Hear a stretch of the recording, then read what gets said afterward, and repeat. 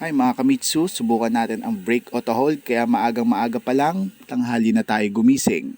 Let's go!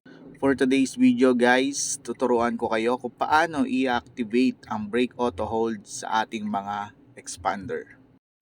Siyempre, first step, punta muna tayo sa ating mga transmission bay.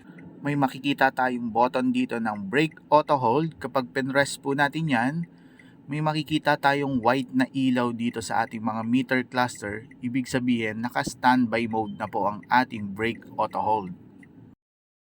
At eto na nga po guys, nakakita na tayo na pwede natin subukan yung brake auto hold para makapag full stop. Nagkulay green na po siya. So ibig sabihin, nag-activate na po yung brake auto hold natin. Wala na po sa brake pedal ang aking mga paa. Kaya sa tulong ng brake auto hold, hindi na po ngalay ang aking paa during braking period.